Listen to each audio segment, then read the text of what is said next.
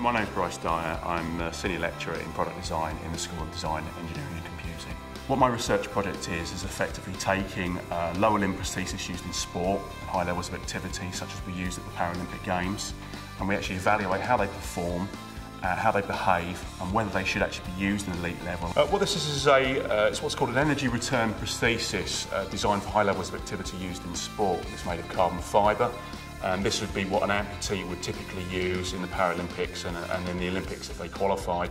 And what it does is it actually, when it hits the ground, it compresses, and then as it moves away, then returns energy back into the ground and then propels a runner or athlete forwards and allows them to, not quite as well, but to perform to an elite level they wouldn't have been able to had they not had it. What the research actually does is it compares typical prosthesis used like this used in sport, and it determines initially, one, whether they should be used, whether they give an advantage or not within the sport, creating unfairness.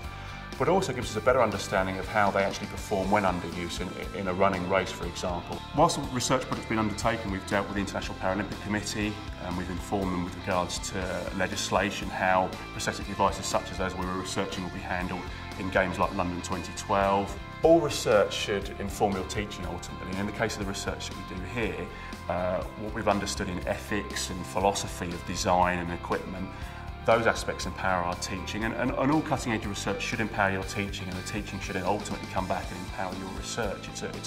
It's a marriage, effectively, and you can't have one without the other. The reason I'm passionate about my research, it takes my two loves, which is effectively design and engineering, and sports performance, and puts them both together, and the research that I do effectively will have an impact at a global level, and that's what makes it so rewarding.